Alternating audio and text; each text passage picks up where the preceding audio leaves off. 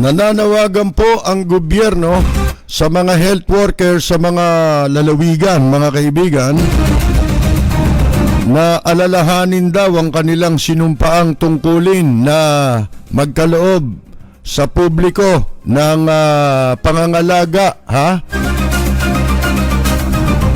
at sumali dito po sa laban sa coronavirus disease. Ayop no. Pero itong panawagan na to, kargado ng pananakot, mga kaibigan, pagbabanta na naman. Para bang ang meron lamang karapatan na alalahanin ang kanilang sinumpaan tungkulin itong mga health workers, at sila wala. At bumuo naman daw ng task force na mag-iimbestiga dito sa PhilHealth irregularities si Presidente Duterte. Ha? Talaga? Talaga lang Mr. President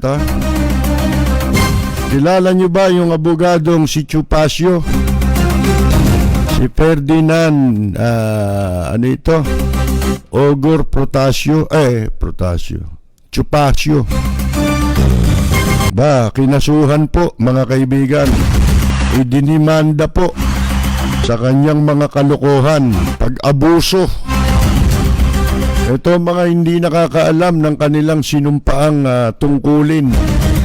Sana yung panawagan ng Malacanang sa mga health workers na igalang ang o alalahanin yung pong kanilang sinumpaang tungkulin, unang i-address ng palasyo sa kanilang sarili at saka sa mga abogado rin. Bakit? Meron bang health workers na hindi kumilala sa kanila pong sinumpaan tungkulin para sabihin niya ng palasyo? Yun ang tanong Akalain nyo na ibalik din pala sa pwesto itong gayot na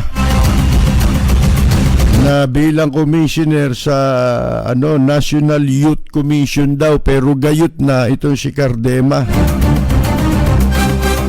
Talaga wala na makuha Kung nanood kayo ng briefing kanina, pagbukas ko ng TV, napanood ko si Willie Revillamin press briefing. Willie Revillamin. Tsaka dun mo makikita yung nagkukunwaring governor dyan sa Cavite na nagkukunwaring hindi kasang-ayon ng kuya niya. Ang daming Ang daming nagpapanggap talaga Ito naman si Willie, siya na lang ang nakukuwang resource panelist ng ng opisina ng palasyo nitong si Ike Losada. Kiliting-kiliti si Ike Losada kasi feeling celebrity.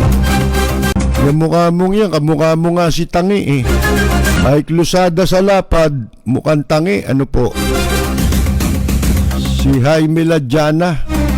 At itong magaling na gobernador ng Maguindanao, mga kaibigan. Gobernador ba ngayon ito? Ito yung, congressman pala ito. Yung bang nag-file ng imbes na siya mag-file ng certificate of candidacy, inutusan yung isa sa mga asawa niya. Kasi alam niya papatayin kasama mga media doon sa Maguindanao Massacre. Ito si Representative Toto Mangudadato. Mga kaibigan, iniskandalo ng isa sa kanyang mga asawa ng pakikiapid sa ibang mga babae, other women. Sana nabasa ito ni Ines Veneracion. Ano po? Ano kaya masasabi niya rito? Ilan taon na kaya yung anak ni Esther Kwan? Matagal na yun Pera-pera lang naman yan Kayo naman Dati dilawan na dilawan yan di ba? Ngayon yung ihi na lang ang dilaw eh. Si Manguda Dato. Ang patuan masakir.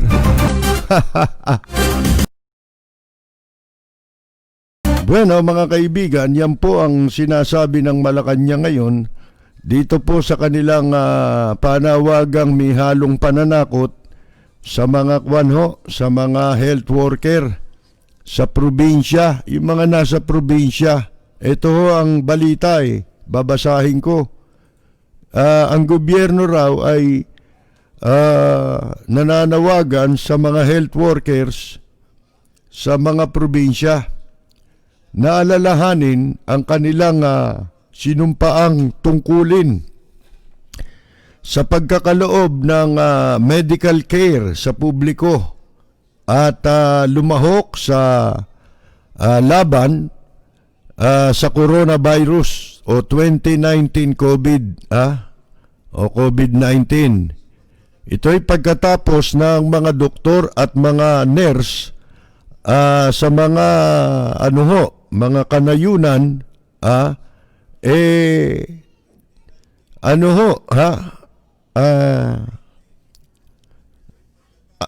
tutol sa plano ng gobyerno na sila ay kunin doon sa kanilang mga respective communities para sila ay magsilbi bilang substitutes o kapalit ng mga napapagod ng medical workers dito sa Metro Manila.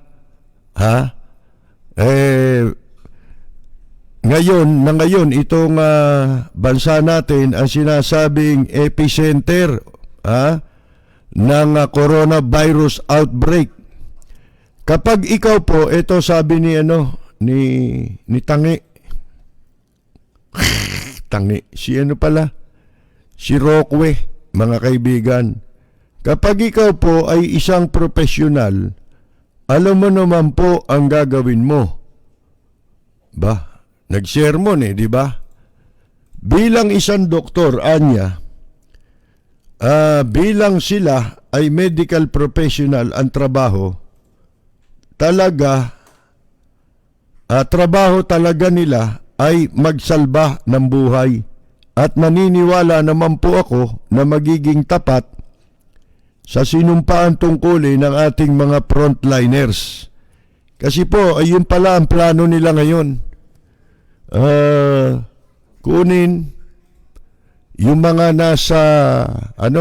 nasa kanayunan sa probinsya na mga medical workers para dito naman magsilbi sa Metro Manila dahil nga po sa kakaunti na, kulang na sa bilang yung pong mga health workers dito sa Metro Manila dahil sa iba'y nangamatay na. At meron sigurong mga mangilan-ngilan na mas minamabuting sa bahay na lang muna sila.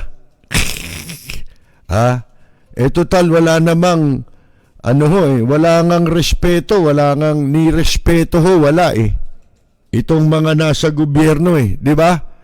Sa kanilang paghihirap, sa kanilang pagsasakit, sa pagtataya nila ng buhay, sa pagharap sa panganib, dahil sila na nga lang po ang inaasahan natin sa buong mundo.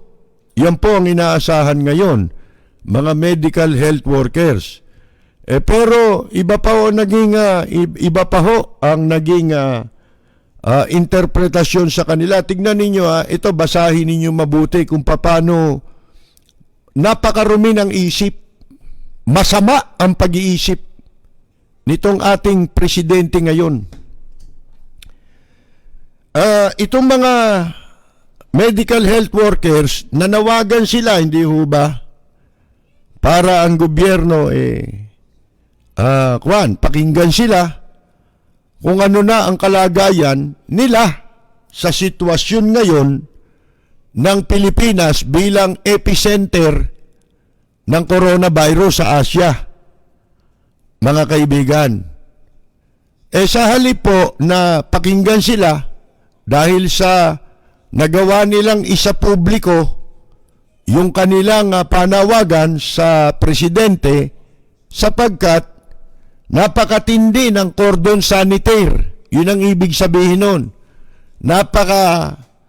Hirap na makapagparating. Mabuti pa ang Panginoon Diyos dito kay Duterte, mga kaibigan.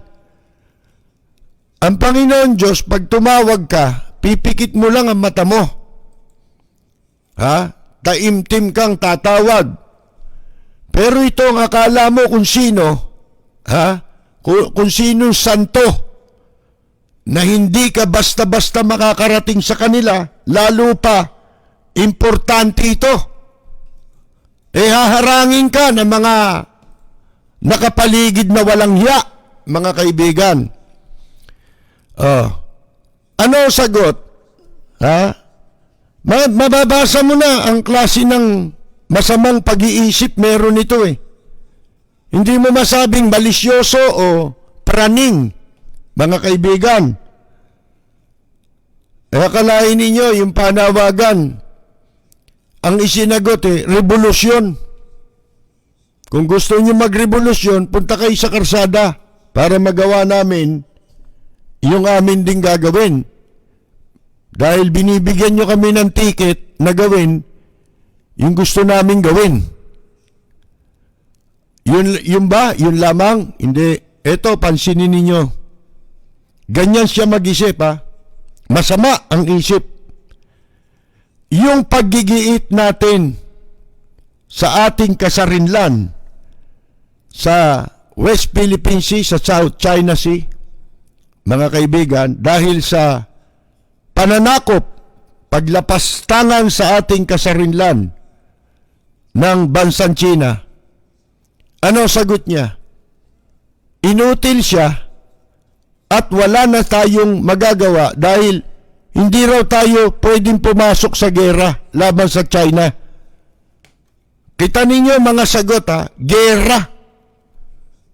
Hindi mo ba ang panawagan nating mga Pilipino ay igiit, i-assert ang ating karapatan diyan po sa South China Sea? Ano sagot? Gera? Mga kaibigan? Bakit magiging sagot mo'y gera? Lahat naman ng mga bansa katulad ng Indonesia, Vietnam, iba pa mga bansa, naggigiit ng kanilang sovereignty sa mga teritoryong inaakala nila ay sakop ng kanilang mga bansa. Bakit gera? Hindi naman sila ginera. Nung sila'y makapanindigan, katulad ng Indonesia, na nagsasabing, there is no compromise. Pagdating daw sa sa sovereignty, sa soberenya ng kanilang bansa. Ni walang negotiation. Nagkaroon ba ng gera? Mga kaibigan, wala daw tayong armas. Hindi naman yun ang pinag-uusapan Diyan mo mapapansin ang mga taong sukol kasi wala naman sila talagang maisasagot. Yan. Tanungin mo ngayon si Roque. Itanong ngayon natin kay Roque. Kung yan bang sinumpaang tungkulin ni Presidente Duterte, ginagampanan niya? Bilang Pangulo ng Bansa, para pamunuan ang Pilipinas sa pag-iit ng ating karapatan sa soberenya ng ating bansa.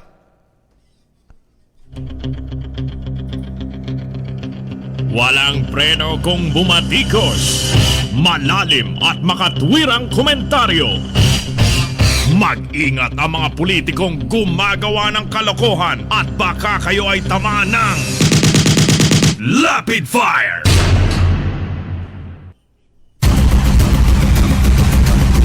Ito na naman tayo dito sa mga health workers. O di ba ganun din ang naging reception, yung tugon?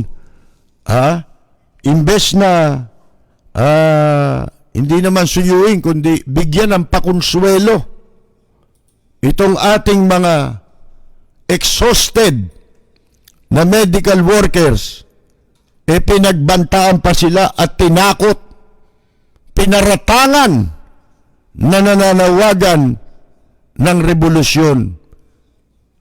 Imbes na ang pakinggan po ay yung kanilang mga lehitimong hinaing at mga suhestyon na pwede nilang maibahagi upang ang pamahalaan ay makapagpatupad ng mga tamang tuntunin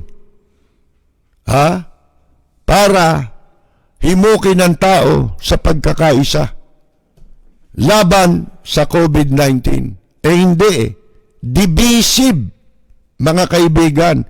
Ang gusto, ang sagot antagonizing, nanghahamon, mga kaibigan. Baliktad. Alam ba ninyo, nang mabalitaan ng ibang mga bansa, yung sinabi niya sa ating mga health workers, hindi lang napapabalita rito, pero nalalaman natin dahil may mga kababayan tayo sa iba't ibang bansa. Nasuklam sa kanya kung hindi niya alam ang ibang mga bansa sa kanilang ginawang pagsasalita ng masakit at pananakot sa ating mga health workers, sapagkat ang mga bansa ay nakakaunawa kung ano ang sitwasyon at kalagayan ng ating mga health workers sa pagtugon nila at pagtupad nila sa kanilang mga tungkulin. Tapos ang lakas ng loob nitong ni Roque na pagsabihan na alalahanin daw yung kanilang sinumpaan tungkulin.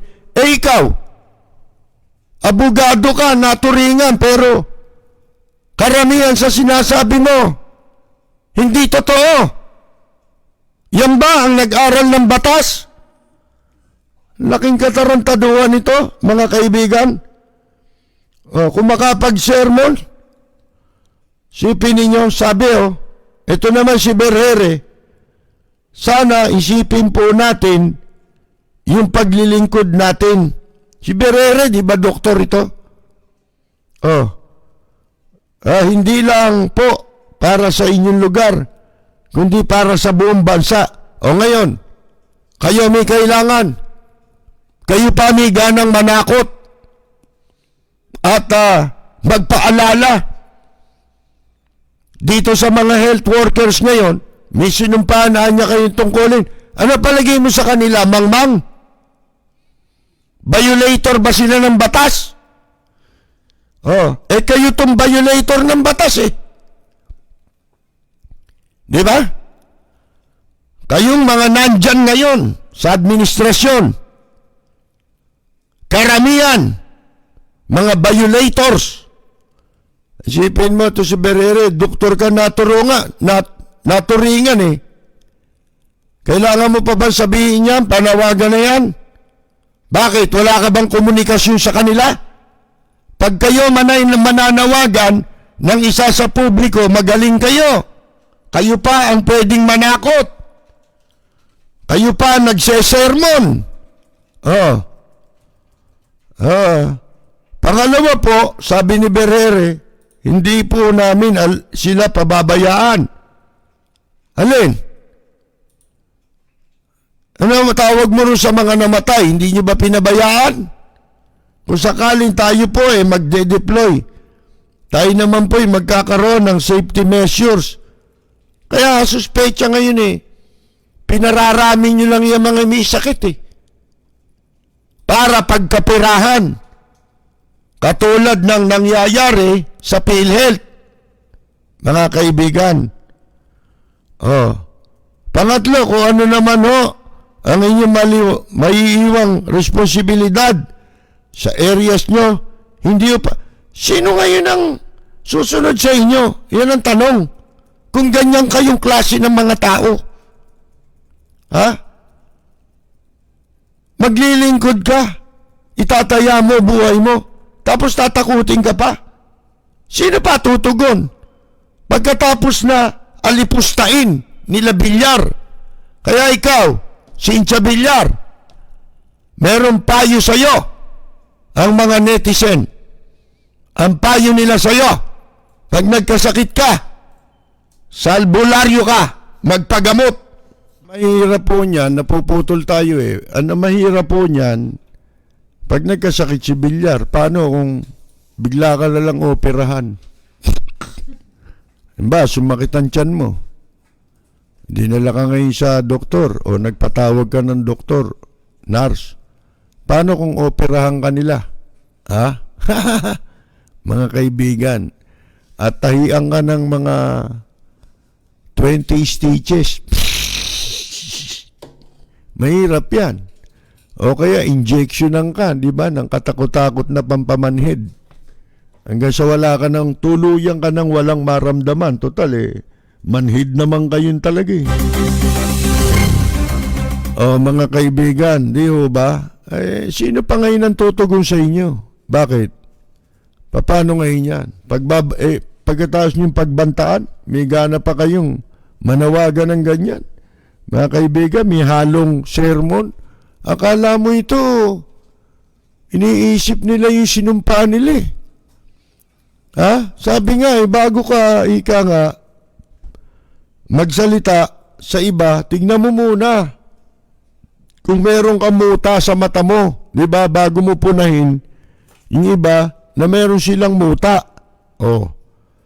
Mga kaibigan Sus Mariosep. Pagkatapos niyan ngayon, mananawagan kayo, may halo pang akala mo itong mga pinagsasabihin nyo, bata. Paano ngayon sa probinsya? Sino ilalagay nyo ron? Di ba? Mga kaibigan. Tsaka ako ano ba yan? Puro gagamutin na lang ang trabaho nila. Kailangan may gawin ng gobyerno. Nakakbang. Mga kaibigan. Di ba? Dapat meron kayong gawin. Hindi yung puro ganyan lang. At dinadaan nyo sa libre yung mga tao. Laki-laki ng budget, nauubos. Wala naman nakakarating sa mga tao.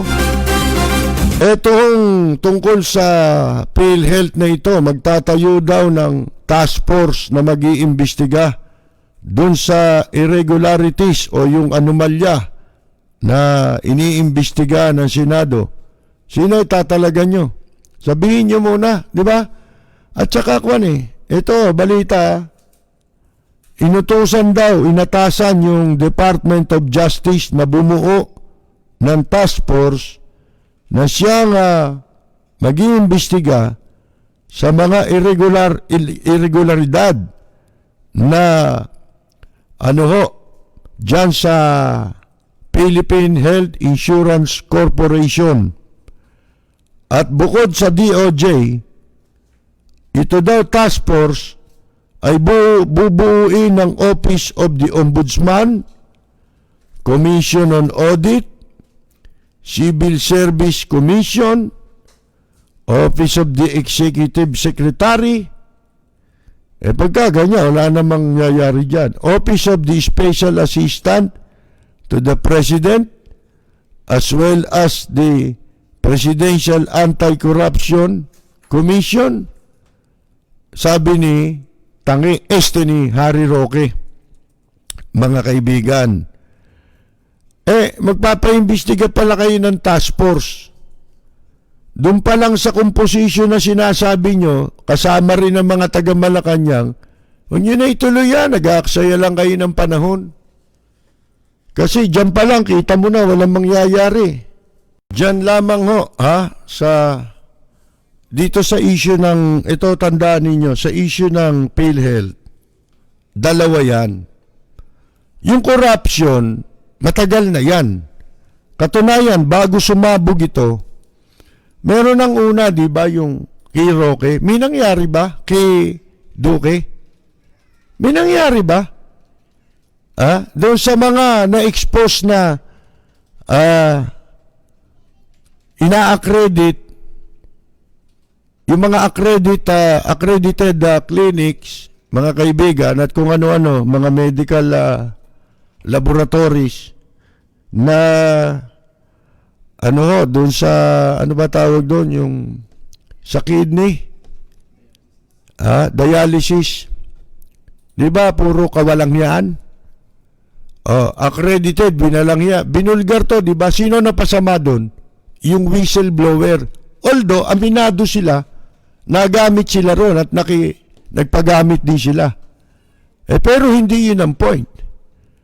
Ang point, alam na natin yung corruption Kaya lang, kinukondisyon na tayo na wala ng pera yung PhilHealth para huwag na kayong maghanap ng pera. Pangalawa, bago itong nangyaring itong investigasyon dito politika, hindi mo maintindihan Ito, ang tingin ko rito, political ito.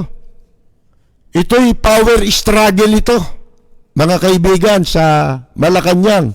Alam naman niyo yung Malacanang, snake pit kung tawagin yan, di ba? Puro ahas ang nandyan.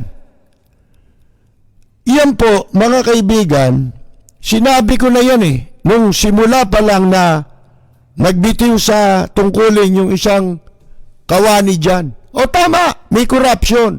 Dapat panagutin sila lahat. Pero hindi ako naniniwalang mananagot yan Ang gusto lang dyan, iba ang mapwesto. Dahil hindi siguro nakuha ni Duque at saka ni Roque yung kanilang gustong mangyari. Mukhang itong si Morales, palaban nito, nagtangkangan patayin nito si Marcos di ba? Tsaka yung pamilya ni Marcos Kaya nakapagtataka nga na pwesto yan Mahilig talaga kumuha ng ahas to si Presidente Duterte, di ba? Cobra din yan Ngayon, ang problema, tayong mga Pilipino nilalanse. Libang na libang tayo dyan. Totoo niya, wala naman mapapanagot mo lang ang lahat ng magnanakaw dito sa gobyernong ito pag hindi na sila nakaupo. Doon lang mangyayari yun. Pero wag tayong managinip na may task force na ganito kasama ang ombudsman, sino magpapasya? Di ba Malacanang din ang magpapasya? Mga kaibigan, kasi sila nagbuo ng task force Ang talagang dapat nilang itayo, hindi task force na mag-iimbestiga. Ang talagang dapat na buuin dyan, independent. Kasi ano pa iimbestigahan mo? May investigasyon na. Ang kailangan mo gawin ngayon, yung maghahanda ng mga kaso. Kailangan mabilis. Ngayon ka palang magpapaimbestiga. Yun, halata mo na Hindi matatapos Wala na sila sa pwesto, hindi pa tapos yan O kaya, gagawa sila ng dyan. Kung sino yung gusto nilang absueltuhin. Dahil lang magpapasya rin, Malacanang. Yun ang talagang sinserong hakbang. Ang dapat, hindi na investigasyon. Paghahanda na ng opisyal na paghahain ng kaso laban sa kanila. Sapagkat yung mga ebidensya nilabas na sa Senado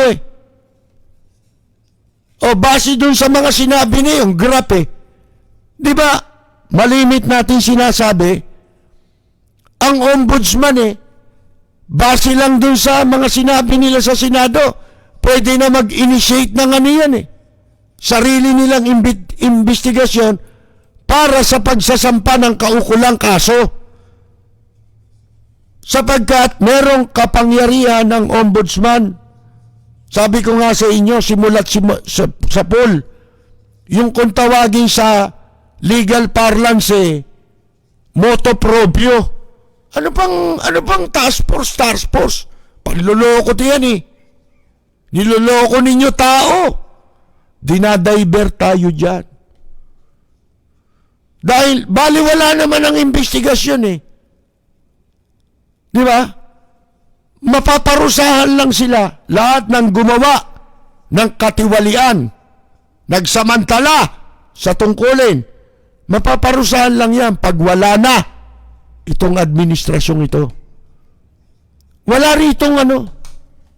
ritong katarungan, walang batas dito laban sa magnanakaw. Yung batas na yun, hindi nila kinikilalang batas yun. So, baliwala na tayo magdakdakan tungkol sa issue ng PhilHealth. Para saan yan? O para, pag pinag-usapan natin yan, makakalimutan na natin ang mas importanteng issue na dapat harapin ng mga Pilipino. Ano yan? Yung issue sa paglapastangan ng China sa ating soberenya. At saka doon sa mga inutang nilang pondo. Bali ba, may mga pondo dyan na inutangan nila eh. Yung pera galing sa Amerika. Tulong ng Amerika. Yung iba naman may tulong. Ang daming donasyon dyan bukod sa utang. Ang masama dito, kung makapagmura sila, makapang-away sa mga bansa na minura nila, mga kaibigan, akala mo, ang lahat ng Pilipino nag-aalmusal eh. Pero, galit na galit, di ba? Nagmumura nga eh. Pero dun sa pera, nung minura nila, hindi sila galit eh. Di ba? Galitaan niya kami sa Amerika. Apo, may mura pa eh, di ba? Bakit pag nagbibigay ng pera at natanggap nyo? Galit lang kayo sa Amerika, sa pera ng Amerika, hindi kayo galit. Lahat ng kaipokrituhan eh. Mga kaibigan, walang mangyayari dyan. Sino maniniwala sa investigasyon na yan? Itong PACC, naku, meron namang nakasuhan yan. 4 na taon na kayo dyan eh. Hanggang ngayon, ang bobola pa kayo.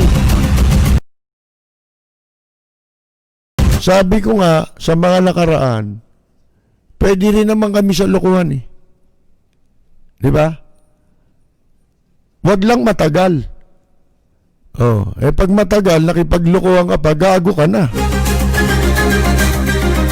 Pwede rin kami dyan, lokohan nung una, di ba? Pero sandali lang eh. Natunugan ko agad eh. Ang daming ganyan ngayon, baka akala ninyo, hindi lang kumikibo. Yan yung mga tao, yung dati naniniwala sa kanila nung wala pa sila sa pwesto kay Presidente Duterte. Pero nung naupo na, nagumpisa na mag-appoint ng mga kawatan, ano tawag mo rin sa Department of Tourism? Yung corruption doon. Ano tawag mo dyan kay Lacat de Castro? Kung saan pinaglalalagay, may kaso.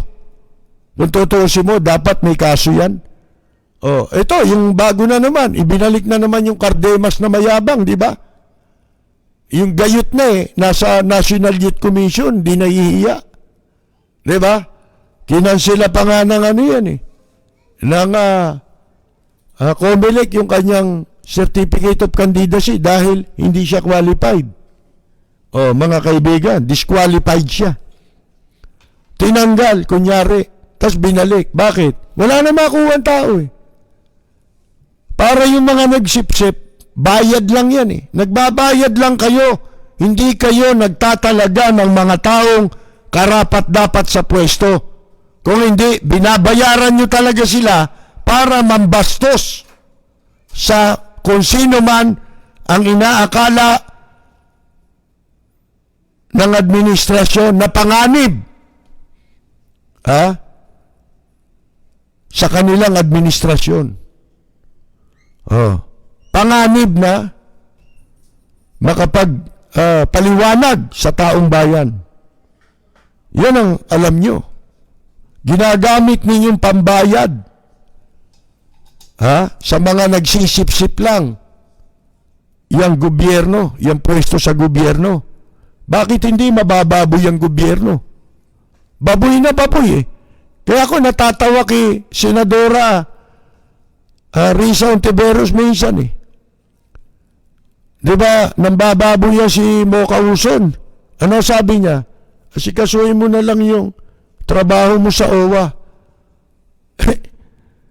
Pag pinag-aralan mo background nito si Mocha Uson, kailan pa natuto magtrabaho yan? Wala naman alam na trabaho yan, kundi magubad eh. Di ba? Anong trabaho gagawin yan? Ano yan? Luko-luko? Magpapakapagod eh. Nagpapakita siya, malakas siya sa kay Pangulong Duterte tsaka sa pamilya. Di ba? Pagkatapos papagurin mo siya magtrabaho. Hindi mo nga makita yan, di ba? Pagka dapat dalawin yung mga OFW dyan daw sa OWA. Ano trabaho niyan dyan? At saka pag-aralan mo, pinagyayabang nagtapos daw sa UST. Di ba? O simula nun, ano naging trabaho niyan? Yan ba'y nakapagtrabaho ng matinong trabaho? Maliban sa paghuhubad? Mga kaibigan? Trabaho ba yan? Hindi naman sila. Sana kung kamukha sila ng mga pumapasada ron sa Piburgo, sa Makati. Di ba? Yun talagang mga kawawa na yun. Walang pagkakataon yun. Talagang pagkakataon lang nun eh. Mas marangal pa sa kanya yun eh. Yung mga nando sa Burgos, baka akala ninyo. Yun talagang tinitiis nila eh. Mapalaban sila eh. Talagang kapit sa patalim, kaya nila ginagawa lang yun. Ito. Tatay niyan, judge, di ba? Hindi naman sila, hindi naman sila patay gutom para gawin niya yan. Di ba? Kaya minsan natatawa tayo. Sabi kasi ni Senator Risa Ontiveros, wag ka nang makialam sa kung ano-ano. Asikasuhin mo yung trabaho mo sa OWA. Ano asikasuhin niya? Wala namang alam niyan. Unang-una. Tsaka ba't siya magpapakapagod? Sanay siyang hindi napapagod. Sanay lang siya, yung nasasarapan siya.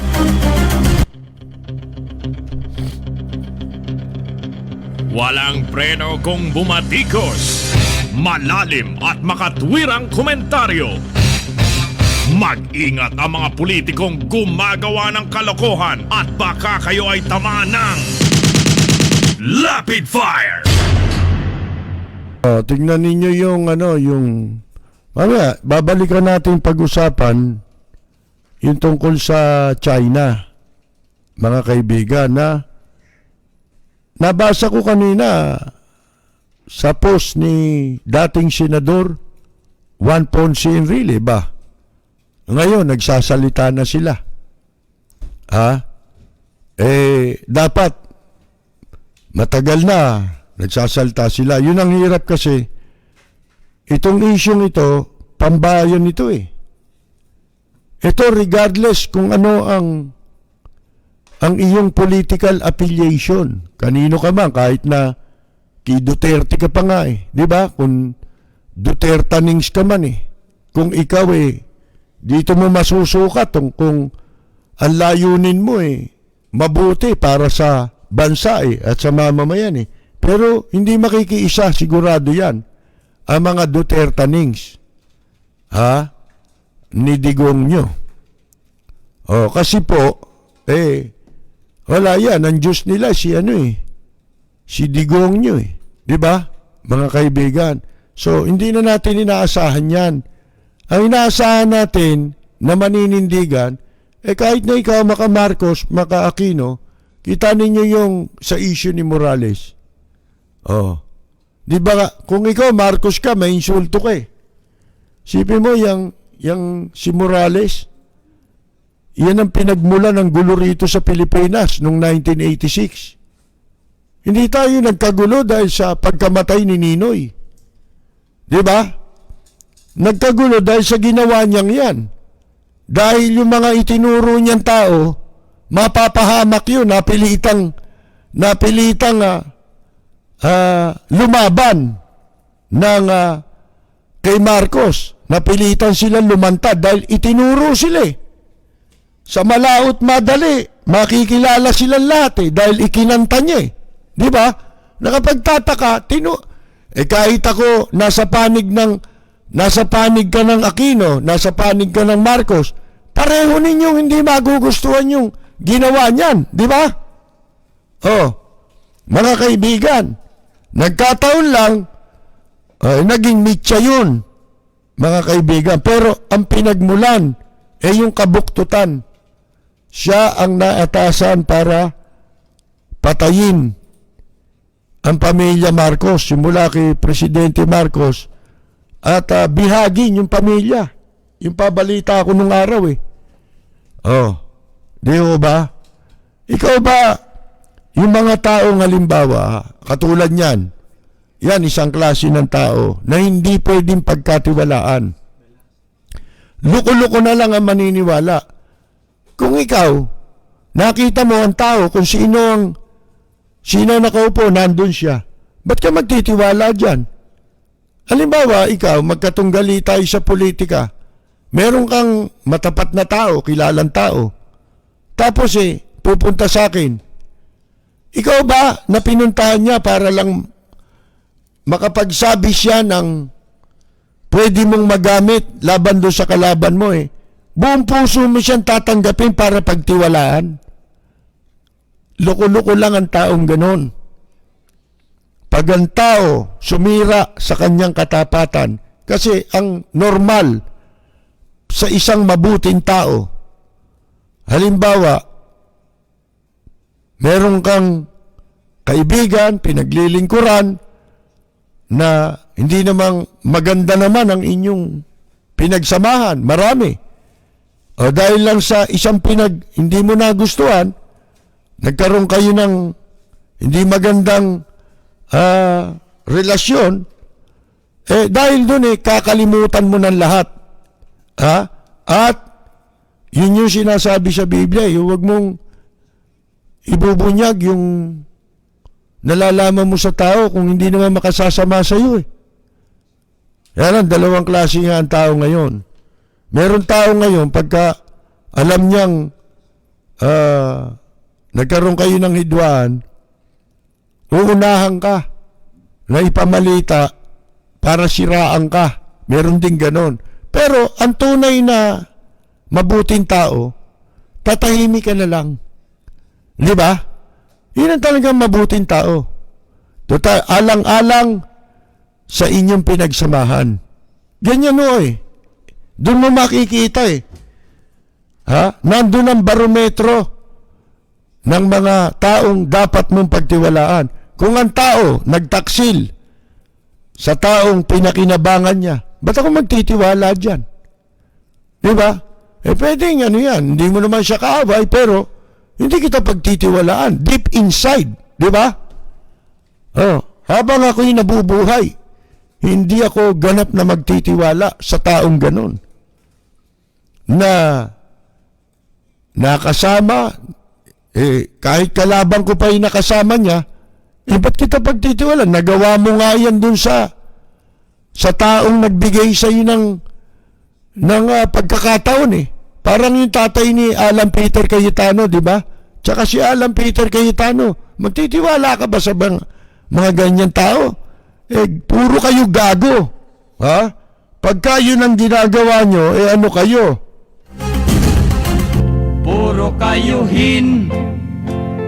Puro kayuhin. Puro kayuhin. Yung kayo.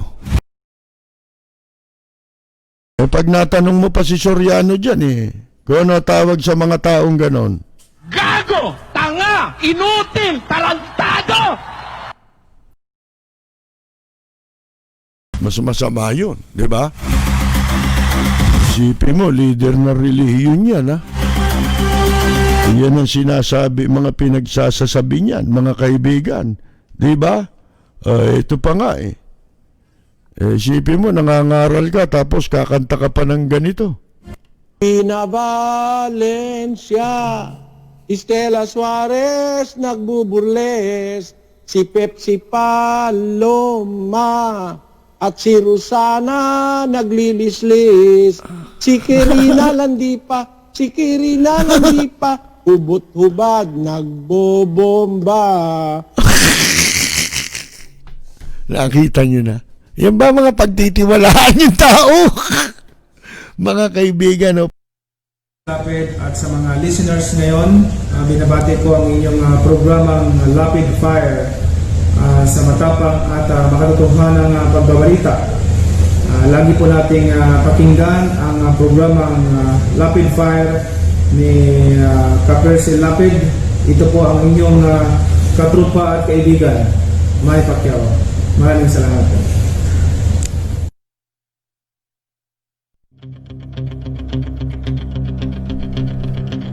Walang preno kung bumatikos. Malalim at makatwirang komentaryo.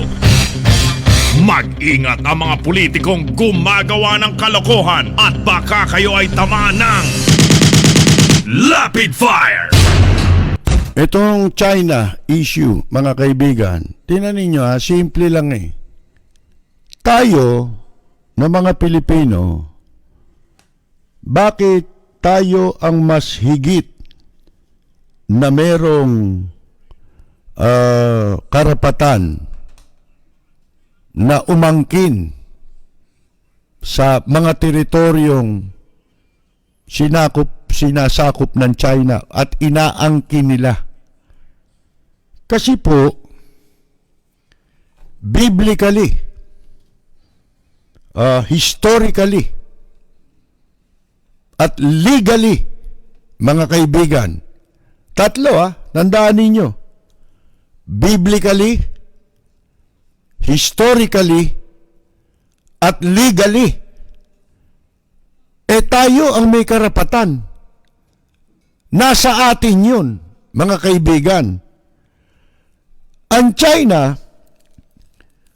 ang tangi nilang pinagbabasihan yung 9 dash ba kung tawagin?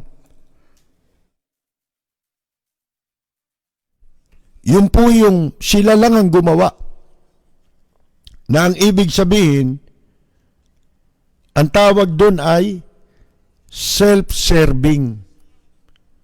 Sila lang ang nagsasabi noon. Sila lang din ang gumawa nung mapa na yun. Gumawa lang sila ng sarili nilang mapa. Imagine, kung tayo gagawa lang ng sarili nating mapa at ganun din ang ibang bansa, ano tingin niyo mangyayari sa mundo? Di gulo rin. Di ba? Mabuti na yung sa issue ng China, mga kaibigan, naninindigan tayo sa pinagbabasihan ngayon. Ano yung pinagbabasihan ngayon? Legality. Legalidad ang pinagbabasihan.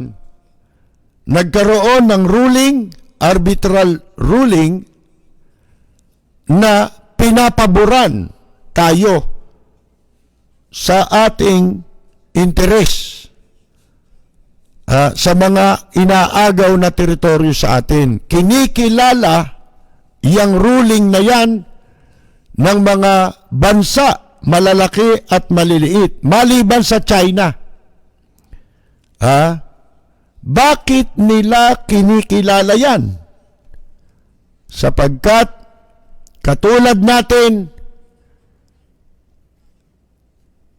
sila po ay kasali sa mga nagkakaisang bansa na igagalang ang mga batas na kung tawagin law of the sea.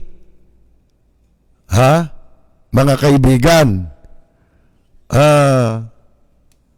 ngayon, ang China walang paghuhugutan kung hindi sarili nilang imagination. Ikaw lang ang gumawa niyan. Pagka ganyan ang klase ng tao, katulad nitong nakaupo ngayon, si Presidente Duterte, walang mangyayari sa mundo. Walang mangyayaring mabuti sa isang bansa. Kapag ang pag-iisip mo, defeatist attitude. Pero yun, pinakikita niya lang yun, defeatist attitude lang siya sa China sapagkat subservient siya sa China. Dahil yan ang inaasahan lang niya, natatakbuhan niya para bigyan siya ng proteksyon laban sa mga paglabag nila sa batas. Katulad ng sinasabi nung maestrado, yung bagong appointed na Supreme Court Associate Justice na ang apelyido ay Padilla, babae. Bago siya naitalaga at napili para maging maestrado ng Korte Suprema, dumaan sila sa interview ng Judicial Bar Council. Lahat ng kumandidato kasali siya. At tinanong sila. Isa lang ang set ng katanungan sa kanila. At ilan doon sa mga katanungan sa kanila ay sinagot niya. Katulad halimbawa sa issue ng withdrawal ng administrasyon ngayon doon sa International Criminal Court na hindi na nila kikilalanin yon. Nag-withdraw na sila bilang bansa na signatory. Isa sa mga bansang signatory sa ICC.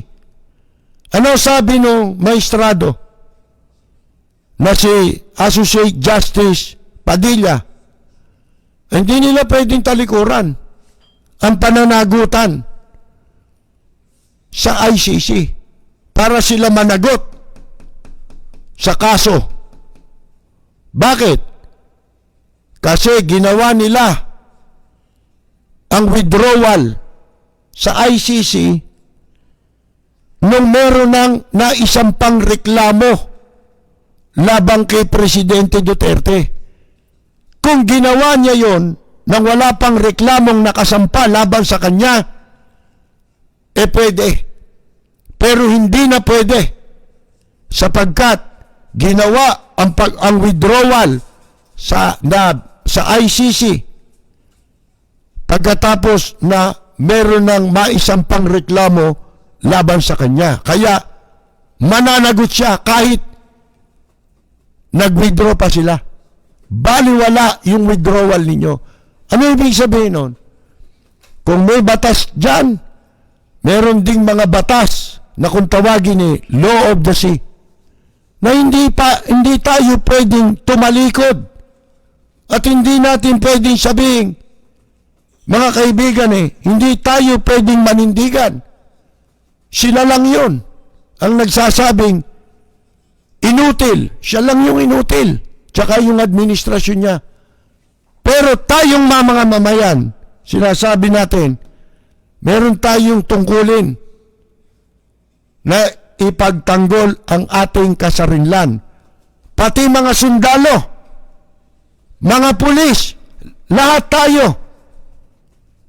Kay ikaw ay maka-Aquino, kay ikaw ay maka-Marcos, lahat tayo ay may tungkulin bilang Pilipino. Yan ay ipagtanggol ang ating kasarinlan. Sasabihin nyo, bukod sa legal, itong legal, ngayon ito. Sa panahon na meron ng umiiral na law of the sea.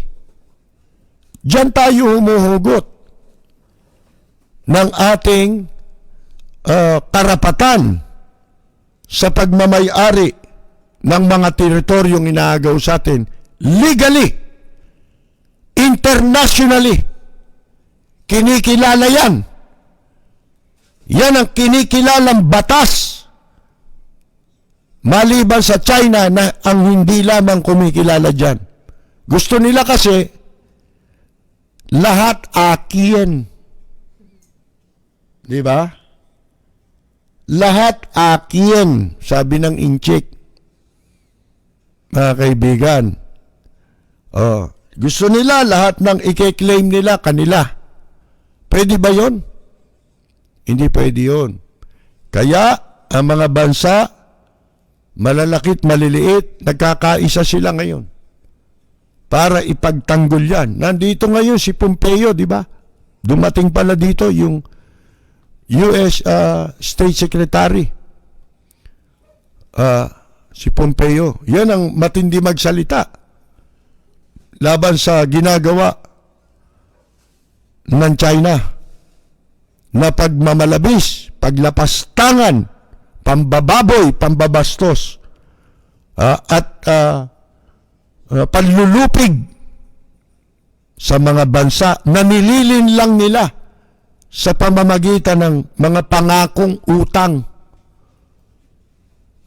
Pag napautang at hindi nakabayad, ano gagawin? Ite-take over ang economy ng bansa. Sila magpapatakbo ng ekonomiya. Mga kaibigan, papasukin ka. Invasion ang gagawin sa bansa mo. At hindi na yan papayagan ng mga bansa na gumagalang at kumikilala sa batas. Sabi mo, kagabi binanggit natin ito. Historically, yan ang pinaghuhugutan pa rin natin sa kasaysayan natin. Mga kaibigan, kasaysayan ng mundo. Magiging ating ba yan kung hindi kung hindi tinatawag na Philippine Islands ang Pilipinas? Simula pa sa panahon ng Kastila, nung madiskubre ang bansang Pilipinas, na ipinangalan sa haring malupit na hari ng Espanya, na si King Philip. Doon hinango ang pangalan na itinawag sa Pilipinas. Mga kaibigan.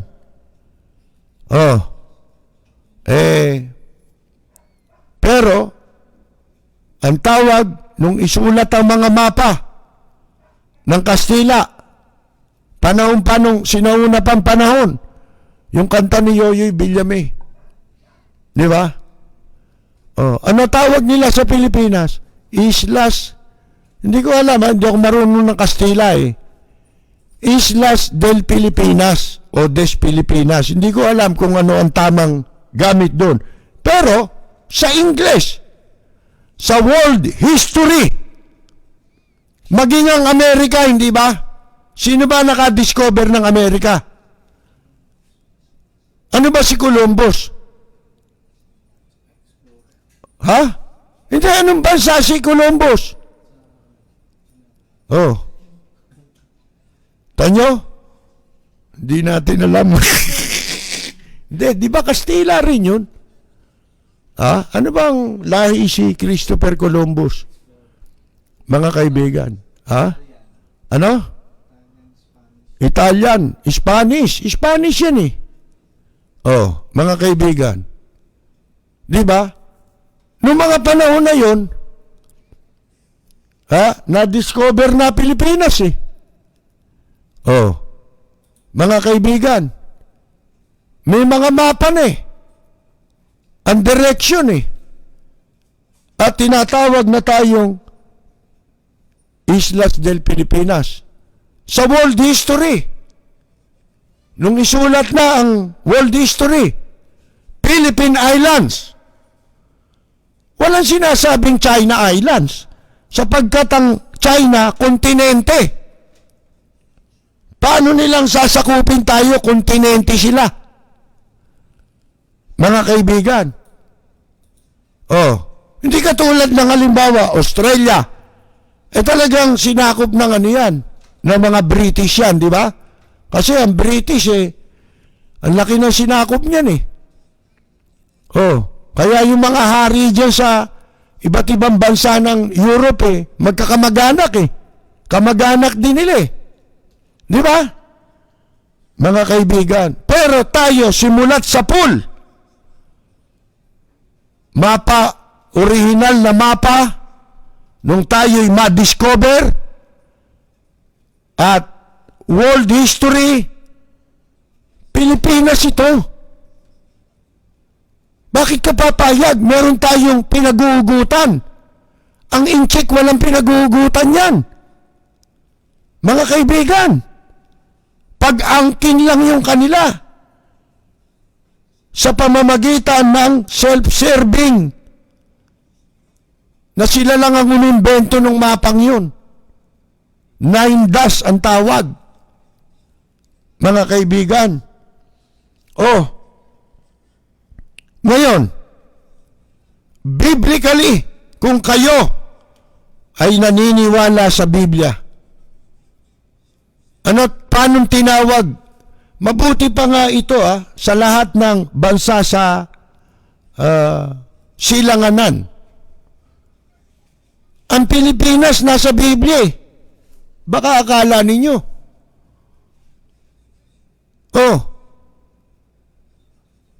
Ang Pilipinas, nasulat sa Biblia yung direksyon na tumutukoy sa Pilipinas na nasa Far East, malayong silangan. Mga kaibigan, ang dami natin pinaguhugutan para bakit tayo papayag na dahil lang sa kagustuhan ng iilang tao dito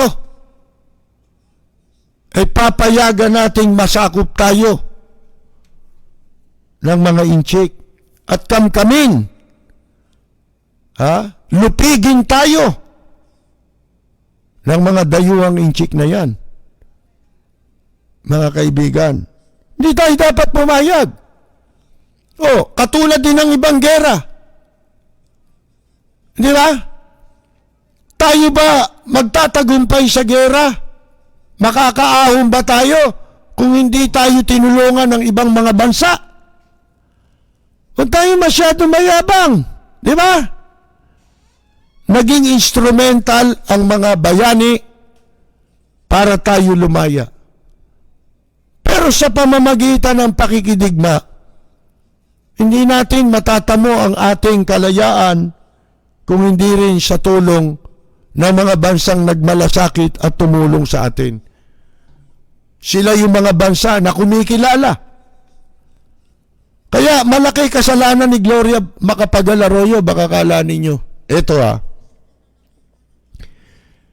madalas nating ikwento sa inyo at banggitin sa inyo na tayo nanggaling sa hanay ng mga dating OFW bilang entertainer. Panahon namin, entertainer. Nung si Mocha, akala niya yung trabaho namin, pwede niyang gampanan. Nagpunta sa Japan. Ang dinig niya kasi, entertainer.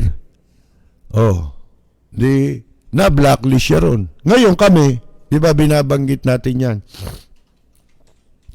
Yan, buhay yung mga iba pa na nauna sa atin at nakasama pa natin. Buhay pa sila magsasabi. Ang ganda ng Japan. Sa lahat ng bansa na nagbukas bilang host country ng mga Pilipino para sa mga OFW. Wala na hong tatalo kahit hanggang ngayon. Wala nang entertainer pero hindi na nila matutumbasan. Wala na makakapantay sa naging pinakamagandang kondisyon na naipagkaloob sa mga OFW, kundi sa Japan. Sabi ko nga sa inyo noon, bago ka umalis, 1 buwang sweldo mo, ibibigay sa iyo advance. Para sa mga kailangan mo, mag-iiwan kang pera sa pamilya mo, bibili ka ng konting kailangan mo, bago ka umalis, ibibigay nila sa iyo yun. Ganong katiwala. Hindi ka pa nagtatrabaho. Yung pagtatrabahuhan mong unang buwan, ibibigay na sa iyo in advance. Pagdating mo sa Japan, libre ang accommodation.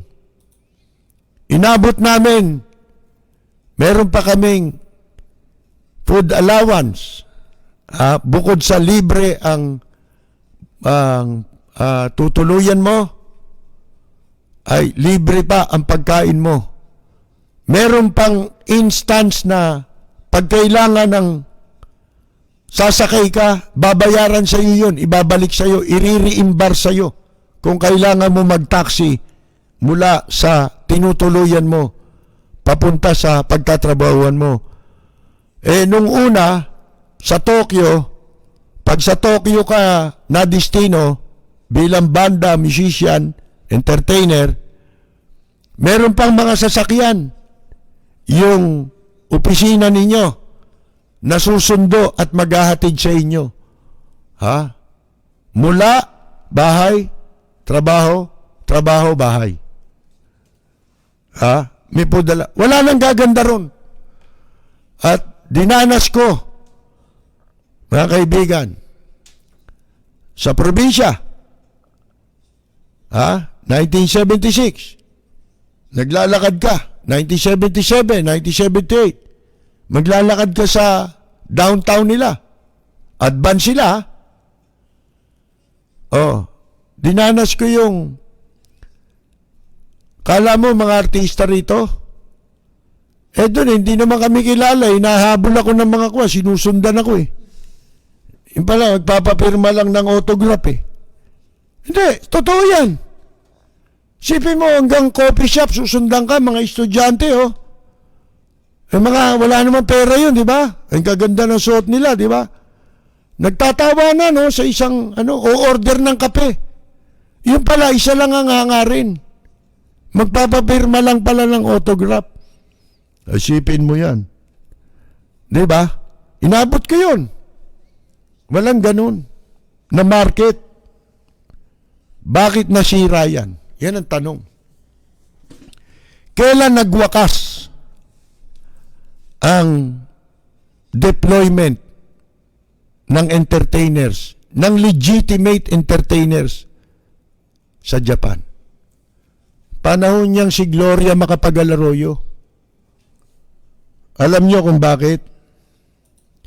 Nung panahon ni Gloria Macapagal-Arroyo, nagkaroon ng gera sa Kuwait. Hindi ako nagkakamali. At hiniling ng mga bansang kaalyado natin ang suporta ng Pilipinas na makapagpadala tayo ng mga lalahok sa digmaan. Tandaan nyo commitment yan ng bansa natin.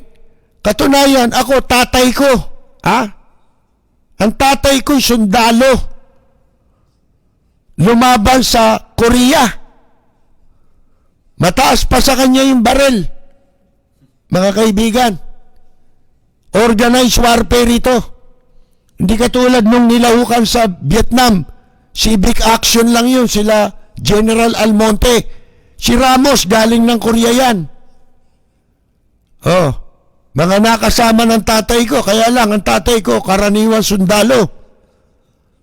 Si Ninoy Aquino, kasing edad ng tatay ko.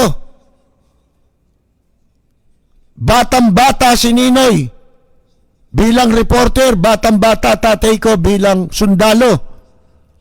Si Ninoy Aquino ipinadala para i-cover niya bilang reporter ng Manila Times ang Korean War. Siyang ipinadala ni Don Chino Roses.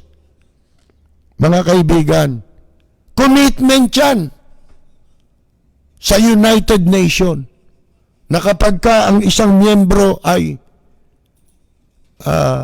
ginera, automatic, kasama ang mga kaalyadong bansa na lalahok sa gera para ipagtanggol ang kapwa nila miyembro ng United Nations. Commitment yan. Mga kaibigan, panahon ni Gloria, hindi tinupad ni Gloria yung ating pong commitment. Hindi siya nagpadala ng mga sundalong lalahok sa gera. Alam nyo, pinadala ni Gloria, yung parang pinadala sa Vietnam na Civic Action Group.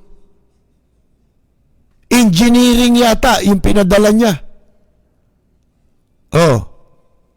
Yun ang nag-trigger para mawala ang trabaho ng maraming Filipino entertainers.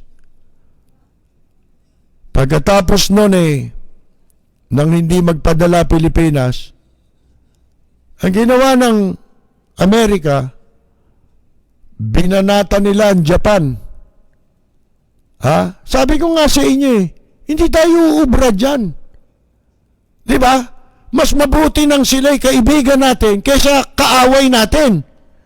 Sapagkat sa atin may mawawala. Pag nagtagal si Presidente Duterte sa pwesto, marami nang mawawalang trabaho. Ngayon nga ang dami nang nawalan ng trabaho. Ito, example, nangyari sa panahon ni Gloria. Taksil to si Gloria Kita mo, kasama niya ngayon. Ano ginawa ng Amerika? Binanatan ang Japan sa human trafficking. Alam naman ninyo ang mga Hapon.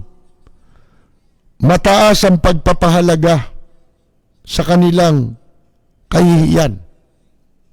Mga kaibigan. Kaya, dahil doon sa issue na yon, pinutol ng Japan ang ating overseas program para sa mga entertainer. Tinapos ng Japan yun. Sipin ninyo yan. Sa bagay, totoo. Nung mga huling panahon na, mga late 80s hanggang 90s, kadalasang umaalis entertainer na ho, hindi na entertainer, mga kaibigan. Kaya may katwiran ng Amerika. Kasi po, meron din tayong commitment na sugpuin ang human trafficking. Hindi ba? Ipinagbabawal din yan, di ba? Kita mo dito, nagtayo nga dito, di ba, yung Department of Justice.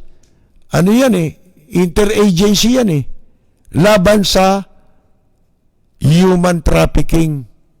Bakit? Commitment yan. Para yung Commission on Human Rights. Bakit tayo nagkaroon yan? Wala naman dati yan. Sapagkat nagkaroon ng kasunduan ang mga bansa. Isa tayo sa merong commitment dyan at signatory dyan. Kaya, nagtayo tayo ng Human Rights Commission. Commitment ng buong mundo yan. Maliban sa China. Mangilang-ilang bansa na hindi kasali dyan. Pero kung kasali ka dyan, susunod ka dyan. Hindi ba? Hindi pwedeng gamitin dekorasyon lang yan. Kailangan magkaroon yan ng function. Kaya nga ngayon, meron tayong, ano ba pangalan ng mga hayop na yun? Nakakapera din yun human trafficking, under the Department of Supervision ng Department of Justice. Oh, mga kaibigan, kaya lang dito talagang walang hiya eh. Kurap na kurap ang law enforcement natin dito, kaya nagagamit lang yun na pagkapirahan ng iba, mga kaibigan, ano po. Magandang gabi po sa inyong lahat. Ito po si Nonoy Zunyiga, nag-iimbita sa inyo na sumubaybay at makinig lagi sa Lapid Fire. Ito ang programang mapanuri, may tapang at napapanahong komentaryo. Dito tayo sa Lapid Fire. Walang preno kung bumatikos. Malalim at makatwirang komentaryo. Mag-ingat ang mga politikong gumagawa ng kalokohan at baka kayo ay tamaan ng Lapid Fire! Ito pong epal na wala naman. Mahilig piling celebrity para tumaas ang presyo. Ginagamit nito mga artista eh. Nireklamo na nga ito eh. Gusto pang magmolestya yata nung kay Kwan eh. Yung artistang bata. Sino yung binanggit ko na minsan? Si Bea Binene. Oh. Ngayon, nagdemanda itong si Commission on Elections Commissioner Rowena Guanzon laban dito kay attorney kasi nanguutulang to ng kliyente eh. Di ba? Mahina naman sa mga pleadings yan eh. Ano yan eh, nanggagamit ng media yan. No? Magkagagawa nung araw, gumagawa ng media forum. Magpapasikat sa kung sino-sino. Siya bida ron. Hindi man siya media nun. Di ba? Ito naman mga media, uto-uto. Kaya nababoy itong media eh. Masyado na naging matakaw sa payola itong mga reporter.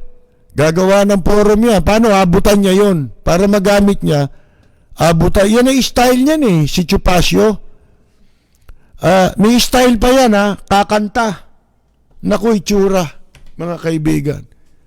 Parang tumatalbog na Shrek eh. Hindi mo maintindihan eh. Kumakanta eh. Parang unggoy. Di ba? Nagkakakanta. Ngayon, para siya magkaroon ng mga ng mga audience, para maging kapanipaniwala sa sarili niya yung ginagawa niya. Mga nagbabayad. O punta kayo ron ito pang taxi nyo. Bibigyan ng pera. Mga bakla, di ba? Mga celebrity walang pangalan. Yung mga laos, yan. Iimbitahan niya, magko-concert daw siya sa isang bar. Concert ba yun? Meron bang concert sa bar? Ngayon, pati yung iinumin nila, sasagutin niya. Para lang may manood sa kanya. Kasi ikaw ba, manonood ka, panonorin mo yan? Kakanta? Teka muna, saan ka naging singer? Di ba? Anong ano mo? Abogado, lumilinya ka dyan, di ka naman singer. Kasi natuto sa karaoke, di ba? Yan ang naging epekto ng karaoke dahil naging marunong kumanta rito eh. Kahit di naman. Ngayon ito, dinimanda kasi ito, ano pinagpapapasok nito, mayabang ito eh. Masyadong lahat sinasakyan ito. Patay gutom na ma-appoint ito sa gobyerno eh. Mga kaibigan eh. Nagpapapansin. Akalain ninyo, tinawag niya, sinabihan niya na may Alzheimer disease itong si Commissioner Rowena Guanzon. Abogado rin to eh. Mas magaling naman sa kanya ito. Mga pananalita pa lang, malalaman mo na eh. Ito si Chupacio, ito, ang mga kliyente nito, naggagamitan sila eh. Ginagamit siya para i-divert yung kaso, di ba? Hindi para ipagtanggol yung kliyente, kundi pan-divert siya, gagamitin ng media, di ba? Para iba pag-usapan, ha? Para lumabo yung kaso, di ba? Pero hindi siya ang gagawa ng mga pleadings, mga ganyan. Wala ito eh. Tamad yan eh. Ang dami nagkwento sa akin na nagtrabaho dyan kung itrato niyan eh, parang alipin eh. Akala mo, malaking magpasweldo. Abot-abot lang pala ginagawa nito. Mga patak-patak. Ha? Ngayon, ang sabi ho dito, ito'y ginawa ni Chupacio sa Twitter. Ha? Mapanggamit ito eh. Mga kaibigan eh. The Comelec official announced this on Twitter Friday. Anong Biyernes? The death, following the death. Naku, ngayon pala ito, ngayong araw. Following the death of her mother who had Alzheimer's disease. Sipin mo. She said she will also file a disbarment complaint against the lawyer. Yan ang talagang tamang mangyari. Ito si Chupacio, matanggalan ng lisensya sa pagiging abogado sapagkat ito'y dito dapat sinasabi ni Roque yung sinabi niya sa mga health workers na alalahanin ang sinumpaang tungkulin. Hindi trabaho ng abogado yung ginagawa nito eh. Pambababoy sa law profession ang ginagawa nito eh. Mga kaibigan eh. Ayan, nakatagpo ngayon siya ng katapat niya. Ang sabi, F. Topacio, ano kaya yung F? Bakit, initial lang sinabi? F eh. Ano kaya ibig sabihin? Fangit? Topacio, mock me. For having, pinaglaruan daw siya eh. For having the same disease and vexed and annoyed me to no end through Twitter and FB. I have filed a complaint against him for unjust vexation in Bacolod. Yan. Punta kang Bacolod. Utor ni Chupacio. At huwag mo nang isasama si Dennis Cornejo ron. Baka sumabit ka pa. Sa Cebu lang, doon lang kayo pupunta para balita ko may tulo dati yun eh. Nagkatulo raw yun eh.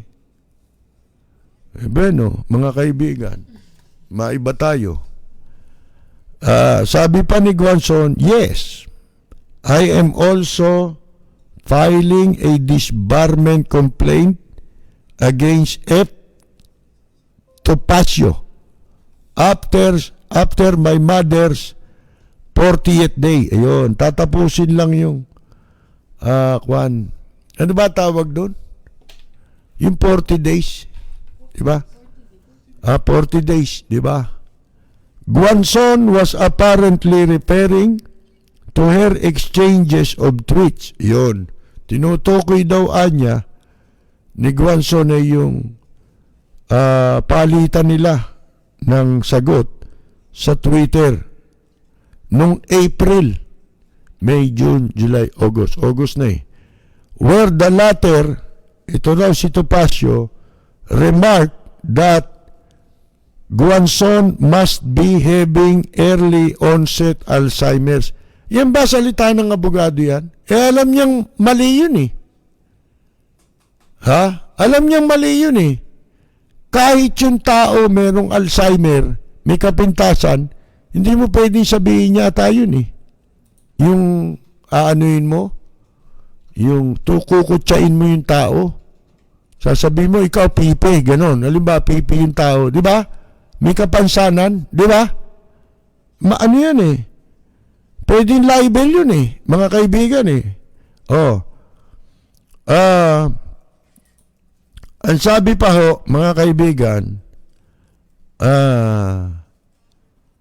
tinawag ni Guanzon na yung mga nainsulto. Yun. Kasi ho, yung nanay pala ni Commissioner Guanzon, kamamatay lang, di ba? Oh. Ngayong araw yata, ngayong araw, Friday ngayon lang lumabas tong balitang ito Ayan. Abangan natin yan. Sana tuluyan ni Guanzon. Kasi matagal lang naghahanap ng na sakit ng katawan ito Si Chupacio. Lahat pinakikialaman ito, pati artista, para mapag-usapan siya. Gusto niya madikit yung pangalan niya sa mga celebrity. Di ba? Pero tandaan nyo mag-ingat kayo sa pagkuha ng abogado na kamukha niyan. Si Chupacio.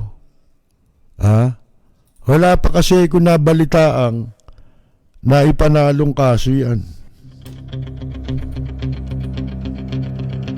Walang preno kung bumatikos. Malalim at makatwirang komentaryo. Mag-ingat ang mga politikong gumagawa ng kalokohan at baka kayo ay tamaan ng Lapid Fire!